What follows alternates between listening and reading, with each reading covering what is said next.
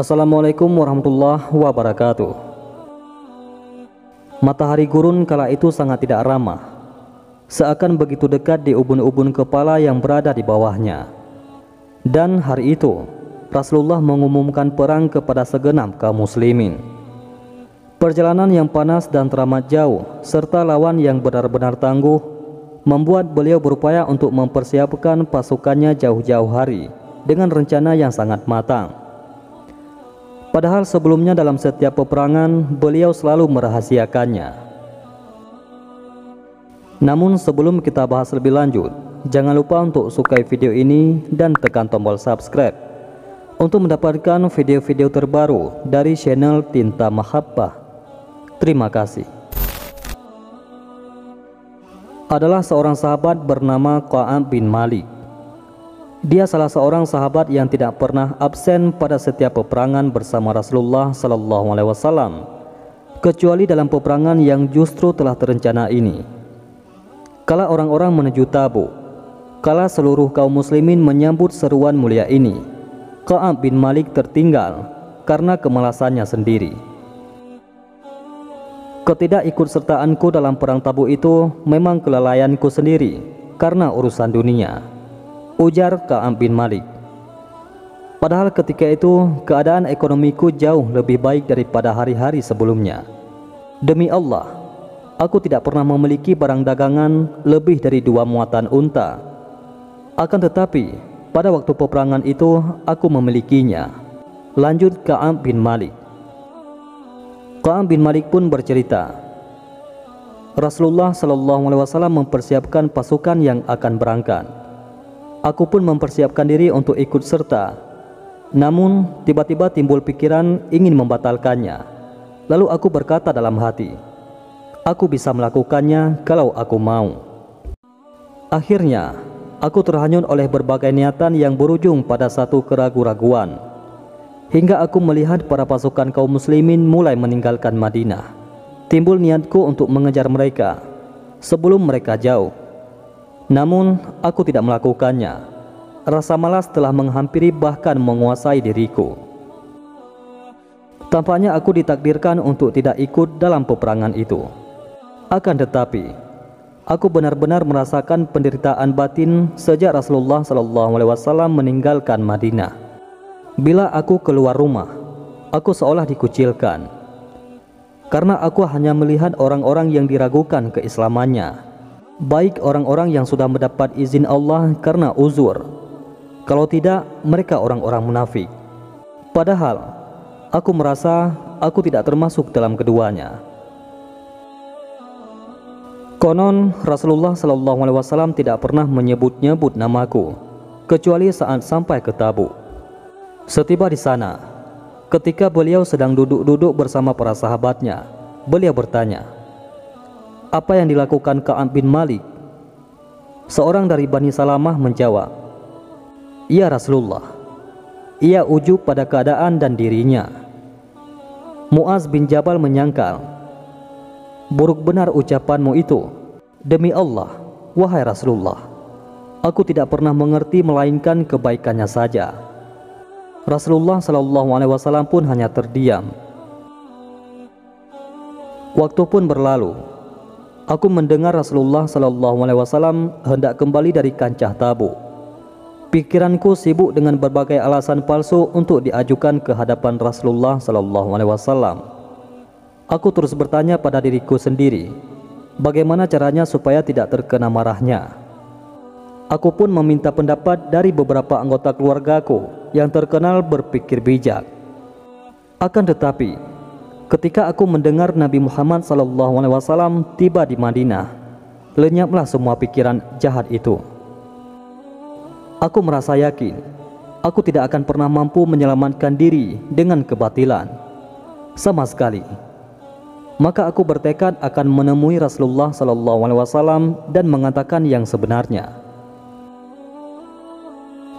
Pagi-pagi Rasulullah SAW memasuki kota Madinah. Sudah menjadi kebiasaan kalau beliau kembali dari suatu perjalanan, pertama kali yang dilakukannya adalah menuju masjid dan sholat 2 rakaat. Demikian pula usai dari Tabuk. Selesai salat, beliau duduk melayani tamu-tamunya. Orang-orang yang tidak ikut perang Tabuk pun berdatangan dengan membawa alasan masing-masing, diselilingi sumpah palsu demi menguatkan alasan mereka. Jumlah mereka kurang lebih 80 orang. Rasulullah SAW menerima alasan lahir mereka, dan mereka pun memperbaharui baiat setia mereka.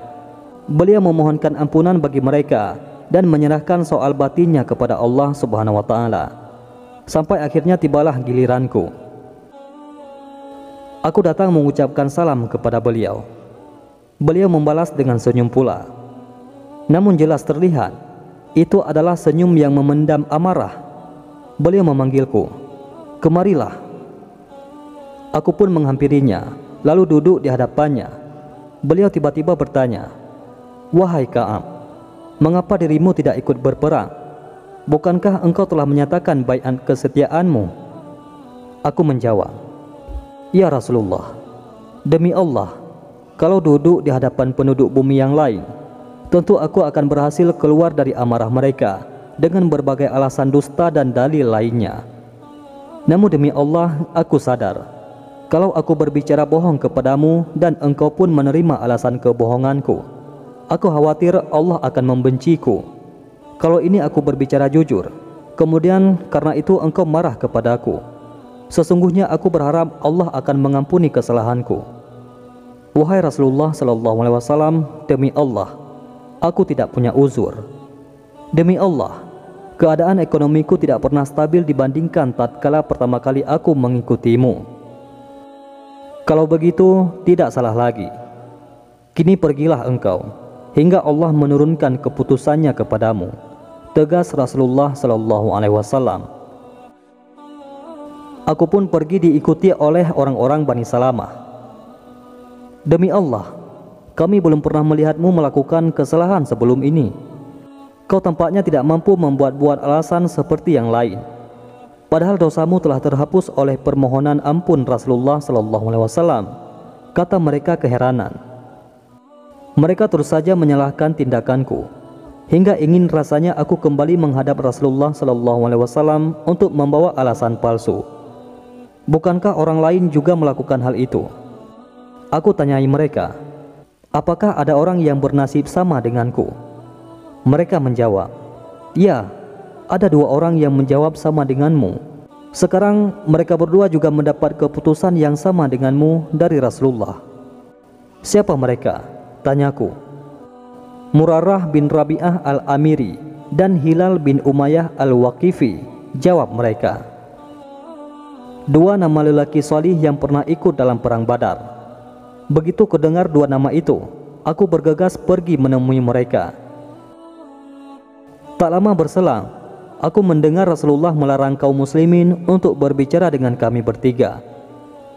Pada saat itu, ada 80 orang yang tidak ikut dalam perang tersebut.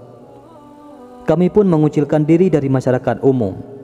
Mereka bersikap lain kepada kami. Pada waktu itu, seakan aku hidup di suatu negeri yang berbeda dari negeri yang aku kenal sebelumnya. Sedangkan kedua temanku tadi mendekam di rumah masing-masing. Mereka menangisi nasib dirinya masing-masing. Aku termasuk orang yang paling kuat dan tabah di antara mereka. Aku tetap keluar untuk salat jamaah dan keluar masuk pasar meski tak seorang pun yang mau berbicara denganku atau menanggapi ucapanku. Aku juga datang ke majelis Rasulullah SAW. Sesudah beliau salat, aku mengucapkan salam sembari hati kecilku terus bertanya dan memperhatikan bibir beliau. Apakah beliau mau menggerakkan bibirnya untuk menjawab salamku atau tidak? Aku juga salat dekat sekali dengan beliau. Aku mencuri pandang melihat ke arah beliau. Kalau aku bangkit hendak salat, beliau melihat kepadaku. Namun apabila aku melihat kepadanya, beliau segera memalingkan wajahnya. Belum lagi sikap dingin masyarakat kepadaku terasa lama sekali. Pada suatu hari, aku mengetuk pintu pagar rumah Abu Qatadah, saudara misanku. Ia saudara yang paling aku cintai. Aku mengucapkan salam kepadanya, tetapi demi Allah, ia tidak menjawab salamku. Aku menegurnya, "Abu Qatadah, aku mohon dengan nama Allah, apakah kau tahu bahwa aku mencintai Allah dan Rasul-Nya. Aku mengulangi permohonanku itu, namun ia tetap diam. Aku mengulanginya sekali lagi, tetapi ia hanya menjawab, Allah dan Rasul-Nya yang lebih mengetahui. Air mataku pun meleleh. Aku kembali dengan penuh rasa kecewa. Pada suatu hari, aku berjalan-jalan ke pasar kota Madinah.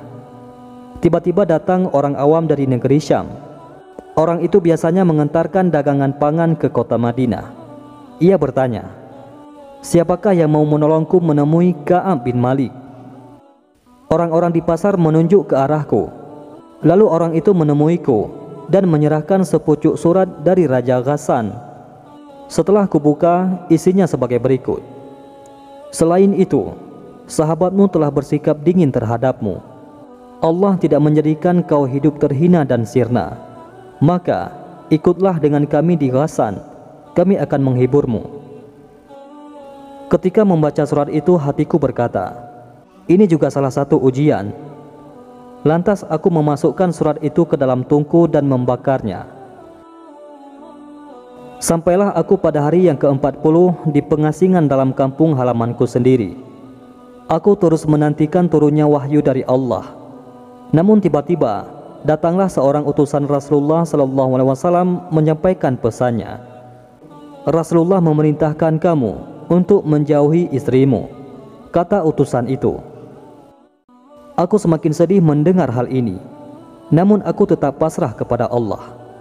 Aku tanya utusan tadi, apakah aku harus mencerainya atau apa yang harus aku lakukan? Ia menjelaskan, tidak, tapi kamu harus menjauhinya dan menjauhkannya darimu.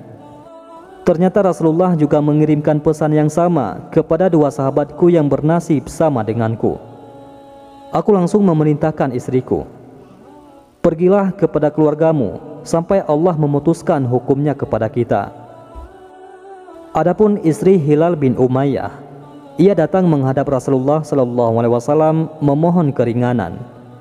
Wahai Rasulullah, sebenarnya Hilal bin Umayyah sudah sangat tua dan ia tidak memiliki seorang pembantu. Apakah engkau keberatan kalau aku melayaninya di rumah? Tetapi ia tidak boleh mendekatimu, jawab Rasulullah SAW. Istri Hilal menjelaskan, ya Rasulullah, ia sudah tidak bersemangat pada yang itu lagi. Demi Allah, yang dilakukannya hanya menangisi dosanya sejak saat itu hingga kini. Salah seorang saudaraku juga mengusulkan kepadaku, cobalah minta izin kepada Rasulullah supaya istrimu melayani dirimu seperti halnya istri Hilal bin Umayyah. Aku jawab dengan tegas, tidak, aku tidak akan meminta izin kepada Rasulullah. Apa yang akan beliau katakan nanti, padahal aku masih muda. Hari-hari pun berlalu. Aku hidup seorang diri di rumah. Hingga lengkaplah bilangan malam sejak orang-orang dicegah berbicara denganku menjadi 50 hari 50 malam. Subuh menjelang pada hari ke-50 pengasinganku. Ketika tengah berzikir memohon ampunan dan mohon dilepaskan dari kesempitan hidup dalam alam yang luas ini, tiba-tiba terdengar teriakan orang-orang memanggil namaku. Wahai Ka'ab bin Malik, bergembiralah. Wahai Ka'ab bin Malik, bergembiralah. Mendengar berita itu, aku langsung bersujud memanjatkan syukur kepada Allah. Aku yakin pembebasan hukuman telah dikeluarkan. Aku yakin Allah telah menurunkan ampunannya. Rasulullah menyampaikan berita kepada para sahabatnya usai sholat subuh, bahwa Allah telah mengampuni aku dan dua orang sahabatku. Orang-orang pun berlomba mendatangi kami, hendak menceritakan berita gembira itu. Ada yang datang dengan berkuda, ada pula yang datang dengan berlari mendahului yang berkuda. Sesudah keduanya sampai di hadapanku, aku berikan kepada kedua orang itu dua pakaian yang aku miliki. Demi Allah, saat itu aku tidak memiliki pakaian kecuali yang dua itu. Aku segera mencari pinjaman pakaian untuk menghadap Rasulullah. Ternyata aku telah disambut banyak orang dan mereka mengucapkan salam kepadaku. Demi Allah, tidak seorang pun dari muhajirin yang berdiri memberi ucapan salam selain Talha. Sikap Talha itu tak mungkin aku lupakan. Sesudah aku mengucapkan salam kepada Rasulullah, Mukanya tampak cerah dan bergembira. Bergembiralah engkau atas hari ini. Inilah hari yang paling baik bagimu sejak engkau dilahirkan oleh ibumu, kata Talhah terharu. Apakah dari Allah atau dari engkau ya Rasulullah? Aku bertanya sambil berupaya untuk menyabarkan diri. Bukan dariku. Pengampunan itu datang dari Allah Subhanahu wa taala, jawab Rasulullah sallallahu alaihi wasallam.